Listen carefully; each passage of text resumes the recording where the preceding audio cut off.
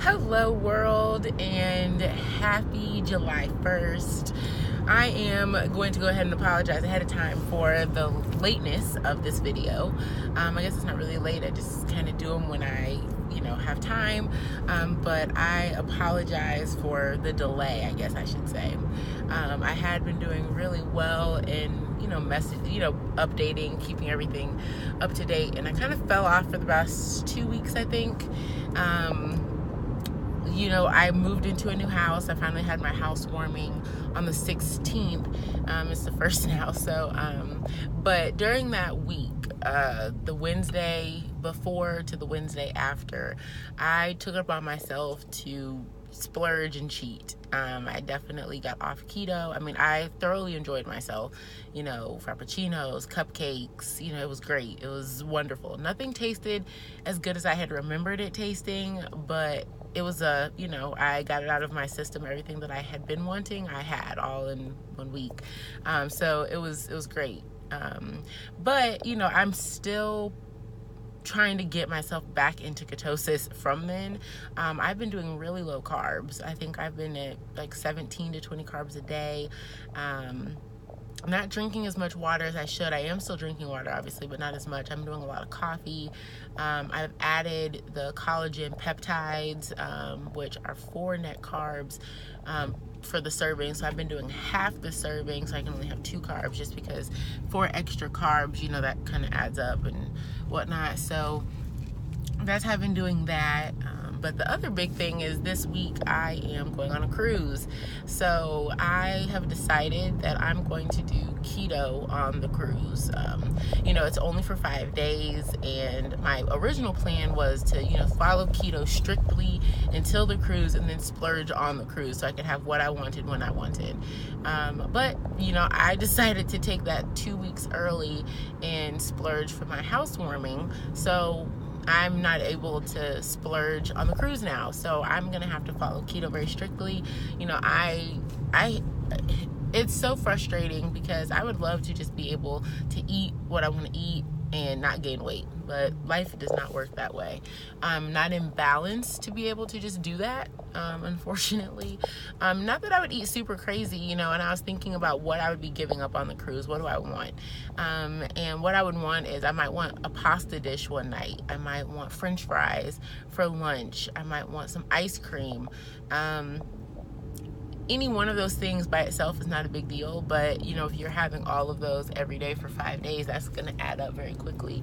And I don't want to put myself in a situation where I become unhealthy, just trying to live out my dream of eating what I want to eat. I do think at some point I will get there to where I can eat, create rules for myself and be able to play within the rules. I've mentioned carb cycling, I've mentioned paleo, I've mentioned some other things that aren't nearly as strict and stringent as keto.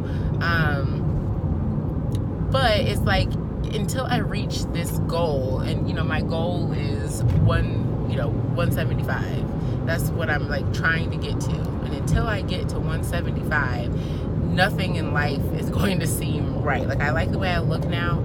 I'm completely happy with how I look. It's just that I want to get to 175 because I'm 5'11 and a half, so really just 6 feet tall. And, well, not just, but I'm 6 feet tall, and though I'm 182 today, it's 185 is considered obese for me. Now, do I look obese? No, not at all. People are like, wow, you're skinny, why do you need to lose weight? For me, I've gotten down to 163. That's the lowest I've ever been, and I thought I felt great at 163. I looked good. People thought I looked sick though, but I liked it. So I'm not trying to get down to 163, but I am trying to get to that middle ground of 175. I think that's fair. I think it's reasonable. I fit back into my size 6 clothes again now, so maybe in 10 pounds I can fit into a 4-6. And if there was just a way that I could keep myself there, if I could just stay at 175, if there was a magic button that I could just punch and say, yep, this is where I want to sit, I want to just stay at this weight, no gaining, no losing, I would be perfectly fine with that.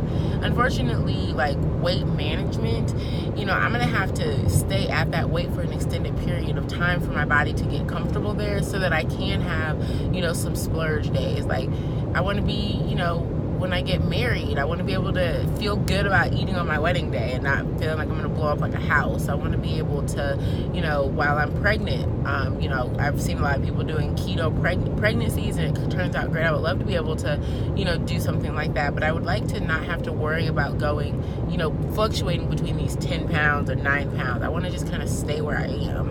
And even if that means that I have to always be focused and mindful of it, I'm okay with it. I would just like a little bit more flexibility once I get to my goal weight. So I may go up a pound or two, but not 10 if I have a pasta dish, or if I wanted to have some French fries. And I'm not the person that would go and eat French fries every day. I just don't like what we feel, but sometimes it's just the taste that I want. So it's little things, it's little minor things. It's not really that big of a deal, but anyway, I have also encountered, there seems to be like this whole school of people that think they know keto better than I do. Like, they know something I don't know. And I'm like, people are telling me, well, cholesterol is bad for you. Cholesterol is not bad for you. There are types of cholesterol that are bad for you, but there's 2 types. People don't even know that. And they're like, oh, well, any diet that doesn't encourage you to drink water is bad. Well, what diet is that? Keto does tell you to drink water. You're supposed to drink half your body, your ounces, however much you weigh, you're supposed to drink that in ounces of water. So I'm confused, like half of your body weight. So I'm confused. Yes, they are telling you to do that. Well, I don't see you drinking water. You're right. I'm not perfect. I definitely don't drink as much water as I should. When I'm on keto or not on keto, I still don't drink a lot of water. I do my best. Like, I drink coffee and tea, and, I do try to get water. My goal is 50 ounces a day, just because that's, what I can manage. And I most of the time don't make it there, but it's like I'm doing the best that I can. So yeah, you're right. I'm not perfect. Well, fat is bad. What happens to all the fat that you're eating? I'm like, well, there's different types of fat. We have unsaturated and saturated fats. There are different fats that affect your body differently. Some of the fats block up your arteries, and that's what's the problem. And other fats are actually really good for you. Well, the food pyramid says that you're supposed to eat fruits and vegetables. Okay, the food pyramid is saying that. The food pyramid also tells you that you should have an absurd number of servings of bread and grains. Why are you needing that many grains? Well, it's for a complete diet. Complete for who? Because the rest of America, the standard American diet for people who are supposedly following the food pyramid, they're all overweight. So clearly that's not working. Something is not working. And I'm like, do you understand that sugar is in fruit, and when eating fruit, your body turns it into sugar, just like if you were to drink a can of Coke. Your body doesn't know the difference. It's like, oh, sugar, put it into sugar. Same with grains. When you have grains, it turns into sugar. So if you're eating something that is your body is interpreting as sugar, why would you want to continue eating absorbent amounts of that? It doesn't make sense to me. Next question. Well, keto causes diabetes. See, that doesn't even make logical sense. On keto, I'm not even eating sugar. So if I'm cutting out foods that produce sugar, and I myself am not even eating sugar, how on earth could keto cause diabetes? Because if anybody knows anything about diabetes, especially diabetes 2, it's when your body cannot deal with the amount of sugar that you're eating. And people with type 1 diabetes, their body is making too much. So it's like, people don't think before they speak. They think that they know everything just because they've heard some things. And it's like, I've done research. I can tell you how I feel. I can tell you, like, you look into things that just don't make sense. You need fat and you need protein for your body to survive. You need some carbs, but you don't need carbs like every day. And the lower the carbs, the better. And people are like, well, I'm like, doctors prescribe it. And people are like, well, those must not be real doctors. And I'm like, they're not real doctors just because they prescribe keto because of all of its health benefits. It helps with Alzheimer's. It can help treat cancer. It treats metabolic syndrome. It can treat migraines, diabetes, all of these seizures, all of these different things.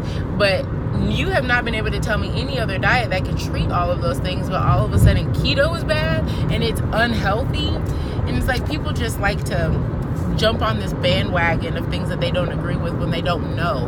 And I'm going to use this word, and I don't mean it to sound offensive, but they're ignorant. They're ignorant of what they're talking about. And it's not like I'm on like a keto crusade. I'm just saying this is what I am doing, and people feel like because I'm doing it, they need to correct me and teach me that this isn't what's right. And I'm like, but it's right for me. And they're like, well, we just see you killing yourself. How am I killing myself? Because I'm eating some butter while you're eating a whole foot long from Subway, and while you're eating your Chick-fil-A with French fries, and while you're drinking your sugar-laden lemonade. Like, what are you talking about? Like, I'm killing myself because I want to have a tablespoon of butter in my coffee? No. So I'm just glad I got that off my chest now, because it has been a week of, it's just like, it's exhausting. It's like it's on the other hand, it's like I'm just trying to get myself back on track still. I'm really just trying to get back into ketosis. I tested it last week, and it still said that it was too low to even register any ketones, so that was frustrating, even though I'm eating low carb. I was reading an article yesterday, and I actually think I might be eating too much protein. I'm doing about 90 to 98 grams a day, and it recommended dropping it to 60 grams and under a day, so I think I might try that. So I'm just going to drop the protein shake that I do, which is 30 carbs, or 30, not 30 carbs, it's 3 carbs, 30 grams of protein. So I'm just going to drop that and see if that helps. Even though I'm still coming in fine on my calories, and my other macros are great, it's the protein I think that might be a little high. So I'm going to replace the protein with something if I'm even hungry. But we'll see. But that's my next goal to test out this week. But that was it. This is all for my video. It's nice to just be able to vent and kind of share, because I feel like the other people watching this are keto friendly, or trying to get into keto, or dealing with similar stressors, and though they're not huge stressors, they do impact you. It's not like when I go on this cruise, there's nobody else who's doing keto with me. It's like I'm on an island by myself. There's no support system. There's no, keto brings its own set of challenges, good challenges, but it's like, how do you, like, what am I going to eat all the time? Like, when we go to the buffet, are there going to be things that I can eat? I'm sure there are, but what are they going to be? Or, just little things. It's something about having a community. So I'm going to continue posting on my Instagram page, Meal Prep and Motivation, as well as Auburn Angel 13. Those are my two pages for foods in my life. So I'm going to still continue posting on there, because it's nice for me to have like a community feel. And I'll probably do a few videos while we're on the cruise, just to do an update, because this is not a keto cruise. Like, they have those too. This is not a keto cruise. This is a cruise that I am just choosing to eat keto on. So it's gonna have its challenges, but it's only for 5 days, and I will not die in 5 days from not having something. So it's just like keeping my willpower and knowing nothing tastes better than how feeling good feels. There's just nothing that tastes as good. It just doesn't. And food tastes good for a moment, but I feel like I look good all the time. I want to wear my dresses, I want to wear my bikinis, and if I eat like a pig and eat like you are what you eat. So don't be fast, cheap, easy. No, you don't do that. You gotta put a little work in it to look good. So with that being said, I am going to sign off. And if you all have any ideas or tips or suggestions or encouragement, words of motivation, by all means, please share. I read everybody's comments and I appreciate them. If you want to drop by my Instagram page, feel free to do that as well. Say hi. But yeah, so I'm just trying to live my best life now, living the healthiest that I know how to live, and doing what I need to do to be great. So on that note, I will sign off. Happy July 1st, happy Sunday, and I wish you all great pleasure in your keto journey.